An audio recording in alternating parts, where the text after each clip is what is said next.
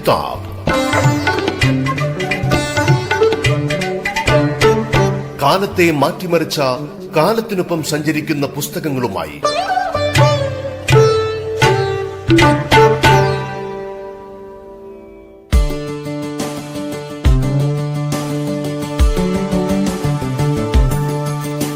നമസ്കാരം. കിതാബിലേക്ക് സ്വാഗതം. കിതാബിൽ ഇന്ന് പരിചയപ്പെടുത്തുന്ന പുസ്തകം ആയുസ് തിന്നുന്ന കിളി. ബാലഗോപാലൻ കാഞ്ഞങ്ങാടാണ് ഗ്രന്ഥകാരൻ. ബാലഗോപാലൻ കാഞ്ഞങ്ങാടിൻ്റെ രണ്ടാമത് കവിതാ സമാഹാരമാണ് ആയുസ് തിന്നുന്ന കിളി. ഈ പുസ്തകത്തെക്കുറിച്ച് ഡോക്ടർ സോമൻ കടലൂരിൻ്റെ ആസ്വാദനത്തിലൂടെയാണ് നമ്മൾ കടന്നു പോകുന്നത്. മനുഷ്യാനുഭവങ്ങളുടെ യാഥാർത്ഥ്യം സംബന്ധിച്ച് സത്യം വിളിച്ചു പറയുന്ന ഒരു വെളിച്ചപ്പാട് ഏത് കവിക്കുള്ളിലും ഉണ്ട്. പ്രവാചക സ്വഭാവത്തോടെയുള്ള ആ വെളിപ്പെടുത്തൽ പക്ഷേ ഓരോ കവിക്കും വ്യത്യസ്ത രീതിയിലായിരിക്കും എന്ന് മാത്രം. ഏതു കാവ്യമെഴുത്തും വെളിപ്പെടുത്തലിൻ്റെ കലാവിഷ്കാര പ്രകാരമാണെന്ന് റോബർട്ട് ഫ്രോസ്റ്റ് നിരീക്ഷിക്കുന്നുണ്ട്. കാലവും ലോകവും പലവിധ അനുഭവരാശികളായി കവി മനസ്സിൽ സൃഷ്ടിക്കുന്ന അനുരണനങ്ങൾ സ്വകീയമായ ആഖ്യാന പദ്ധതികളിലൂടെ പ്രത്യക്ഷീകരിക്കാനുള്ള വെമ്പലിൻ്റെ സദ്ഫലമാണ് കവിത. Poetry is the rhythmic creation of beauty in words എന്ന് എഡ്ഗാർ അലൻ പോ കവിതയ്ക്ക് നിർവചനം കൊടുക്കുന്നുണ്ട്. സംഗീതത്തിൻ്റെയും ചിത്രകലയുടെയും ഉചിത വിന്യാസത്തിലൂടെ സവിശേഷ ഭാവനാലോകം സൃഷ്ടിച്ചെടുക്കുന്ന കവിയാണ് ബാലഗോപാലൻ കാഞ്ഞങ്ങാട്. അദ്ദേഹത്തിൻ്റെ രണ്ടാമത്തെ കവിതാ സമാഹാരമായ ആയുസ് തിന്നുന്ന കിളി ഇത് സാക്ഷ്യപ്പെടുത്തുകയും ചെയ്യുന്നു. കവിത കൊണ്ട് കഥ പറയാനോ എല്ലാം വെളിപ്പെടുത്തി ശുദ്ധ സുതാര്യമാക്കാനോ ഈ കവിക്ക് താല്പര്യമില്ല. പകരം സൂചനകളിലൂടെയും ബിംബങ്ങളിലൂടെയും തൻ്റെ അനുഭവരാശികളെ ചേർത്ത് നിർത്തി തീർത്തും നവീനമായ ഭാവരൂപ സംവിധാനമൊരുക്കുകയാണ് കവി. സത്യത്തെ സത്യമായി ആവിഷ്കരിക്കുകയല്ല, മറിച്ച് സത്യത്തെ സവിശേഷമായ സ്വന്തം സത്യമായി പുനർനിർണയിക്കുകയാണ് അഭികാമ്യമെന്ന് ഈ കവി കരുതുന്നു.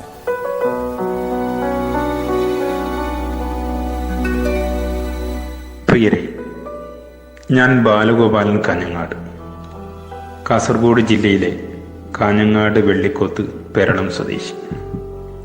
വിദ്വാൻ പി കേളുനായരുടെയും മഹാകവി പിയുടെയും ജന്മം കൊണ്ട് പവിത്രമായ ഭൂമി. എൻ്റെ ആദ്യ സമാഹാരം ഒറ്റയ്ക്ക് മരിച്ച മരം 2006 പ്രസിദ്ധീകൃതമായത്. നീണ്ട 16 വർഷത്തെ എഴുത്തു മൗനം കവിതകളായി ആയുസ് തിന്നുന്ന കിളി എന്ന രണ്ടാമത്തെ മാത്രം കവിതാ സമാഹാരം 2020 നവംബറിൽ പുറത്തിറങ്ങി ഒറ്റ മാസം കൊണ്ട് സമാഹാരത്തിൻ്റെ രണ്ടാം പതിപ്പിറങ്ങി. അതും ആദ്യ പതിപ്പ് പോലെ വിജയകരമായി മുന്നേറുന്നു. കവിത പുസ്തകങ്ങൾ വായിക്കപ്പെടാത്ത ഒരു കാലത്ത് ഇത് നൽകുന്ന സന്തോഷം ചെറുതല്ല. ചുറ്റുവട്ടത്തെ സാധാരണ ജീവിതങ്ങളും സ്വാനുഭവങ്ങളുമാണ് എൻ്റെ കവിതകൾക്ക് വിഷയമായി വന്നിട്ടുള്ളത്. അതിൽ ജീവിതവും കഷ്ടതകളും അനുകമ്പയും പ്രണയവും നമ്മുടെ ജീവിതത്തെ ബാധിക്കുന്ന സമസ്ത വികാരങ്ങളും ഉൾച്ചേർന്നിരിക്കുന്നു. വിദ്വാൻ പിക്കും മഹാകവി പിക്കും എൻ്റെ പ്രിയപ്പെട്ട കാഞ്ഞങ്ങാടിന് സമർപ്പിച്ചാണ് ഈ എൻ്റെ 2 കാവ്യസമാഹാരങ്ങളും വായനക്കാരിലേക്ക് എത്തിയത്. ആ പൈതൃകത്തെ മറന്നുകൊണ്ടൊരു എഴുത്ത് ഞങ്ങൾക്ക് അസാധ്യമാണ്. മലയാളത്തിൻ്റെ പ്രിയ കഥാകാരൻ ശ്രീ സി രാധാകൃഷ്ണൻ സാർ, പ്രിയ കവി ശ്രീ കുരീപ്പുഴ സാർ എന്നിവരുടെ അവതാരികയും ആസ്വാദന കുറിപ്പും ഈ പുസ്തകത്തിന് കിട്ടിയ അനുഗ്രഹമാണ്. ലോകപ്രസിദ്ധ ശില്പി എൻ്റെ നാട്ടുകാരനായ ശ്രീ കാനായി കുഞ്ഞിരാമൻ സാറുടെ വരകൾ ഈ പുസ്തകത്തിന് ലഭിച്ച പുണ്യമാണ്. ജ്യേഷ്ഠ സഹോദര തുല്യനായ പ്രഭാഷകൻ ശ്രീ വത്സം പിലിക്കോട് പഠനം എഴുതി അനുഗ്രഹിച്ചു. പിയെ കുറിച്ചെഴുതിയ നാട്ടിട വഴിയിലെ കുഞ്ഞിരാമൻ തൊട്ട് അവസാനത്തെ ഇല വരെയുള്ള 71 കവിതകളാണ് ഈ സമാഹാരത്തിലുള്ളത്.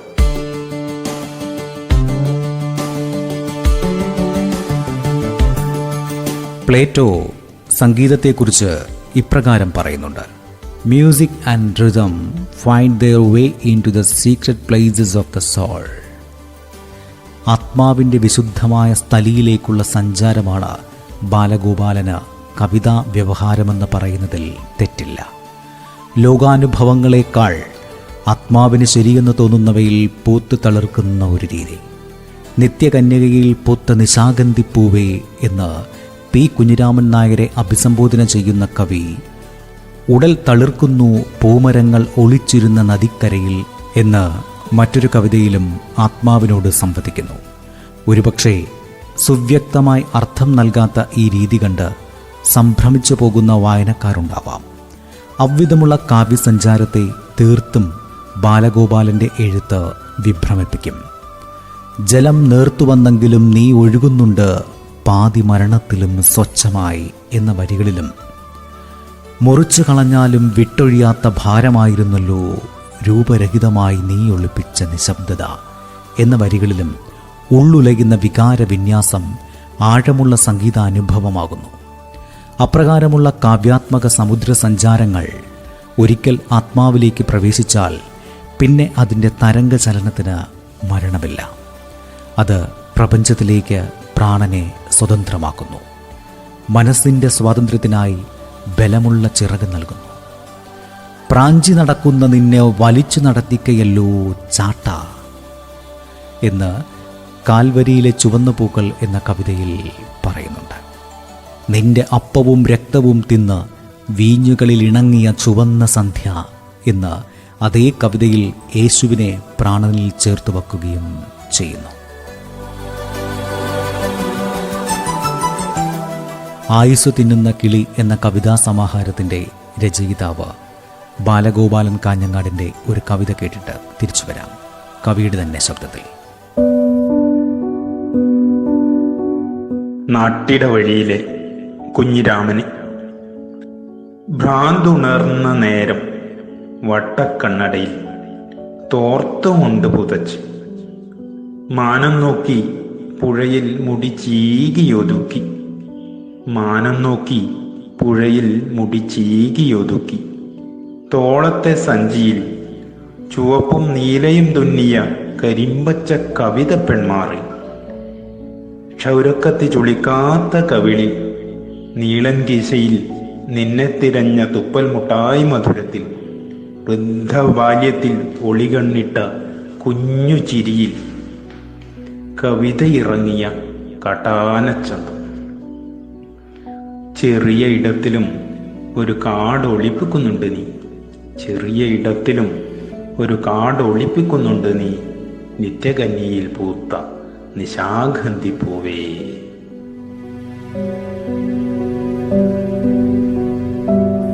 കിതാബ് ഇടവേളയ്ക്ക് ശേഷം തുടരും.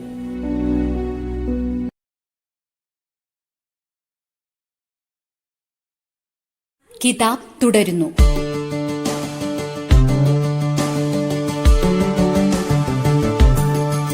കവിതയും സംഗീതവും എന്ന പോലെ കവിതയും ചിത്രവും തമ്മിലുള്ള പാരസ്പര്യം ബാലഗോപാലൻ്റെ കവിതയ്ക്ക് ആഴത്തിൻ്റെ ചായം പകരുന്നു. പ്ലൂട്ടാർക്ക് കൗതുകമുള്ള ഒരു നിരീക്ഷണം ഈ രണ്ട് കലാവിഷ്കാരങ്ങളെക്കുറിച്ചും നടത്തിയിട്ടുണ്ട്. Painting is silent poetry and poetry is painting that speaks. വാക്ക് വരയും വർണ്ണവുമാകുന്ന മാന്ത്രികതയാണ് ബാലഗോപാലൻ്റെ കവിതയെ ഇത്രയ്ക്ക് ശ്രദ്ധേയമാക്കുന്നത്. കവിതയെന്ന് തോന്നിപ്പിക്കാത്ത പരിചരണത്തിലൂടെ ഭാഷയിലെ ചരിത്രാഖ്യാന സാധ്യതയാണ് അദ്ദേഹം പുറത്തു കൊണ്ടുവരുവാൻ ശ്രമിക്കുന്നത് എന്ന് തോന്നുന്നു.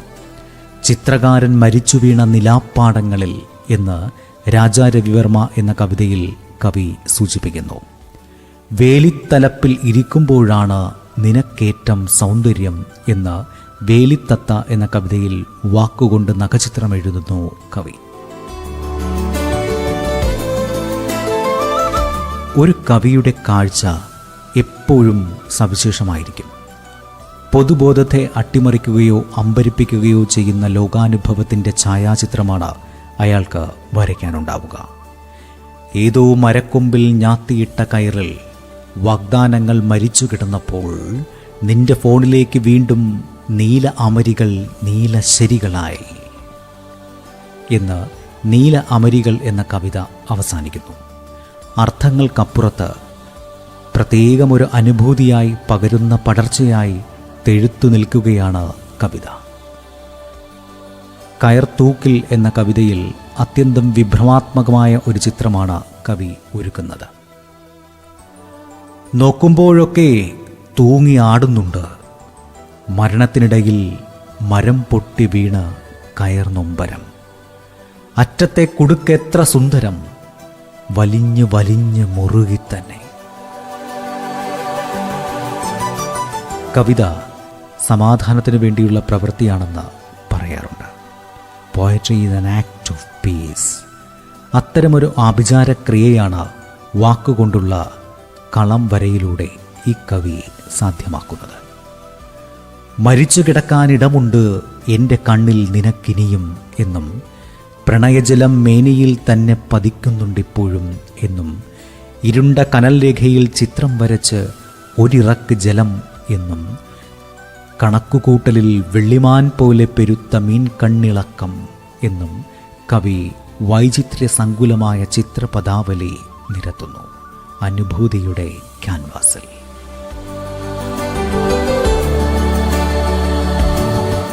മൗനത്തോളം എത്തുന്ന ബാലഗോപാലൻ കാഞ്ഞങ്ങാടിൻ്റെ ഈ ഭാഷാ കേളി പക്ഷേ ചില കവിതകളിൽ സൂക്ഷ്മതയോടൊപ്പം വ്യാപ്തിയുടെ ഭാവപ്രപഞ്ചമായും സ്പർശിക്കുന്നുണ്ട്.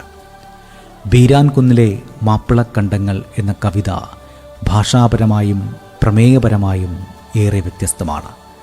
16 ഭാഗങ്ങളുള്ള ഈ കവിത ദേശവും സംസ്കാരവും നാട്ടുജീവിതത്തിൻ്റെ പൊലിമയുള്ള അടയാളങ്ങളെ സംവഹിക്കുന്നു. കേരളീയ മുസ്ലിം ജീവിതത്തിൻ്റെ പൊരുളുകൾ സാന്ദ്രമായ ഭാഷയിൽ രേഖപ്പെടുത്തുന്നു. വെളുപ്പിൻ്റെ ഖമറൊളി വീണുകിടക്കും കണ്ടങ്ങൾ എന്നു തുടങ്ങി ആകാശത്തിനാദിമ വഴിയിൽ നീളം പൊട്ടിയ ദൈന്യമുയർന്നു, നിത്യത ശാന്തയിൽ ആവാഹിച്ച മാപ്പിളമാരുടെ കൽബ് വിളിച്ചു യാ അല്ലാഹ് എന്ന് കവിത അവസാനിക്കുന്നു. അതിനിടയിൽ കവി കുട്ടിക്കാലത്ത് പരിചയപ്പെട്ട അനേകം മനുഷ്യർ, അവരുടെ സാധാരണ ജീവിതസന്ധികൾ, നാട്, ഇടവഴികൾ, ആചാരങ്ങൾ, വേഷഭൂഷാദികൾ, സ്ഥലരാശികൾ, കാമനകൾ, കലഹങ്ങൾ, രക്തബന്ധങ്ങൾ, മതേതര ജീവിതങ്ങൾ, അങ്ങനെ വലിയ ക്യാൻവാസിൽ വരയ്ക്കപ്പെട്ട വടക്കേ മലബാറിൻ്റെ ആനുഭൂതിക രേഖാചിത്രങ്ങളായി മാറുന്നു ഈ കവിത. ബീരാൻകുന്നിലെ മാപ്പിളക്കണ്ടങ്ങൾ എന്ന കവിത കേട്ടിട്ട് തിരിച്ചു വരാം. കവി ബാലഗോപാലൻ കാഞ്ഞങ്ങാടിൻ്റെ തന്നെ ശബ്ദത്തിൽ.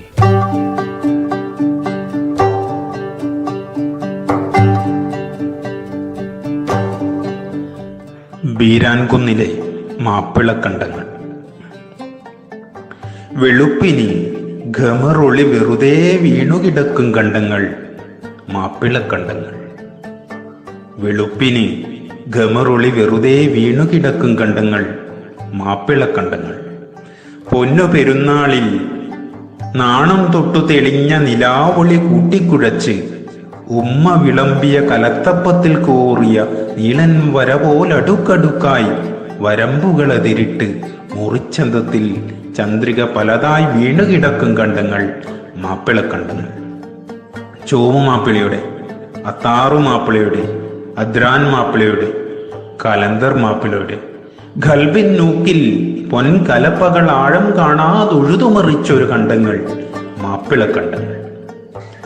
വെയിൽ കുത്തേറ്റു മയങ്ങിയ മണ്ണിൽ പുതുമഴ നാണം ചൂടി വരുമ്പോൾ മാനത്തു കണ്ണി നത്തൈക്ക വെള്ളമുണ്ടി ചാരമുണ്ടി പൊന്നരിപ്രാവുകൾ പൊങ്ങാൻ തവള കല്ലുറുക്കി ഞണ്ട് തരം പോലെ ചെടിയിൽ പെരുമഴത്തുള്ളലൊരുക്കിയ കണ്ടം മാപ്പിളക്കണ്ടങ്ങൾ. സുബ്ഹി ബങ്കു വിളിച്ചാൽ മാപ്പിളമാരൊത്ത് തീയൻ വാണിയൻ ആയർ പോലാൻ ജാതി മർദ്ദ കോയ്മകൾ ഉള്ളം തീന്താതുടലിൽ ഉറക്കമില്ലാത്തോർത്തുമുടത്ത് വിത്ത് വിതച്ച് മെതിച്ചൊരു കണ്ടം മാപ്പിളക്കണ്ടങ്ങൾ. രാമന്റെയും കണ്ണന്റെയും പാനീസ് നാരായണന്റെയും ബാപ്പൂട്ടിയുടെയും കുഞ്ഞാപ്പുവിന്റെയും കന്നാലിപ്പൂട്ടിൽ വിത്ത് തൊണ്ട പൊട്ടി മുളച്ചൊരു കണ്ടം മാപ്പിളക്കണ്ടങ്ങൾ.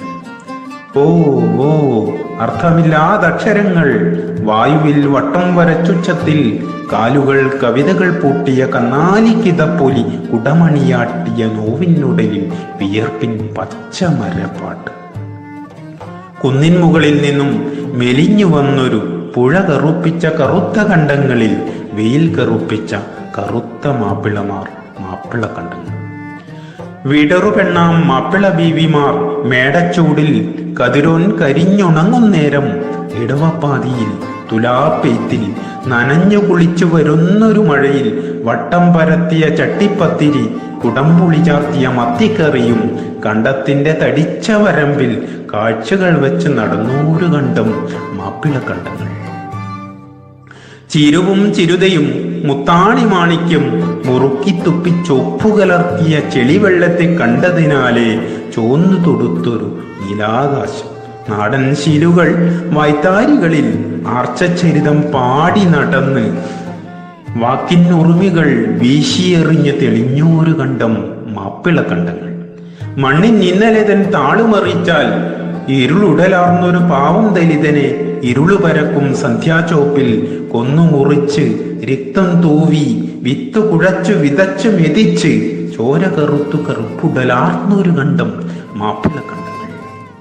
ചോപ്പുകനപ്പാൽ വസന്തമൊരുക്കാൻ കമ്മ്യൂണിസ്റ്റുകൾ പാടി വരും മുമ്പേ, ഭൂമി ശരീരമളന്നെടുക്കും മുമ്പേ, മണ്ണിൻ ചോര കുടിച്ചു തെഴുത്ത് നാടുമുടിച്ചൊരു ജന്മിത്തമ്പ്രാൻ വിയർത്തു മെലിഞ്ഞോരു മാപ്പിളമാർക്ക് മുക്കാൽ ചക്രതന്ത്രത്താലെ വിറ്റൊഴിവാക്കിയ കണ്ടങ്ങൾ മാപ്പിളക്കണ്ടങ്ങൾ. കാലത്തിന്റെ വിതയം കൊയ്ത്തും പാറിമറിഞ്ഞു ദിനങ്ങളൊടുങ്ങി കണ്ടമൊരുക്കിയ മാപ്പിളമാരെ മീസാൻ കല്ലുകൾ മാടി വിളിച്ചു. ഖബറിൻ കുഴിയിൽ വഴിനീളങ്ങളിൽ പദമൂന്നാതെ ചെളിപറ്റാതെ ആദ്യമായി മാപ്പിളക്കണ്ടങ്ങൾ. അറബിക്കടലിനക്കരെ നിന്നും മുത്തുകൾ വാരിയെടുത്തു മടങ്ങും മൊഞ്ചുകളാർന്നൊരു മണവാളന്മാർ വീരാൻ കുന്നിലെ മൊഞ്ചത്തികളുടെ ഗൽബിനുള്ളിൽ കിനാവുകൾ കെട്ടി. ചേറായി ചേറിൽ തിമർത്തൊരു കുട്ടിയോൾ മരുഭൂമിക്കര തേടിയണഞ്ഞു. അത്തറു പൂശിയ നിലാവുകളിലങ്ങനെ അറബിക്കഥകൾ തൊങ്ങലു ചാർത്തി. കൂരകളെല്ലാം മേച്ചുകളഞ്ഞ മണിമേടകളിൽ പെയ്യാൻ മഴ പേടിച്ചു മാപ്പിളക്കണ്ടങ്ങൾ.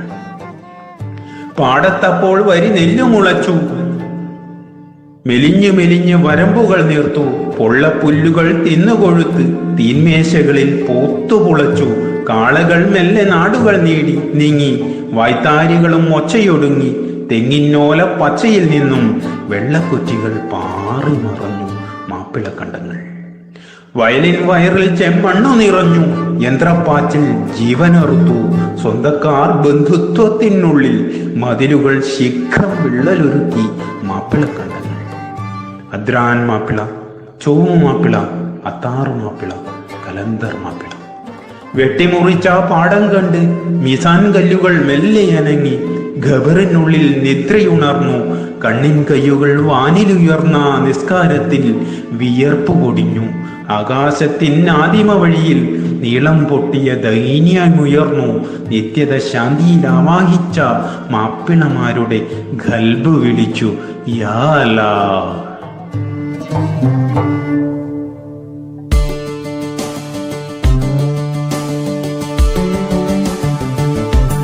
ബാലഗോപാലൻ കാഞ്ഞങ്ങാടിൻ്റെ വടക്കിൽ നിന്നുമൊരു ഓർമ്മയോണം എന്ന കവിത ഓണത്തെക്കുറിച്ചുള്ള രണ്ട് ആഖ്യാനങ്ങൾ അടങ്ങിയവയാണ്.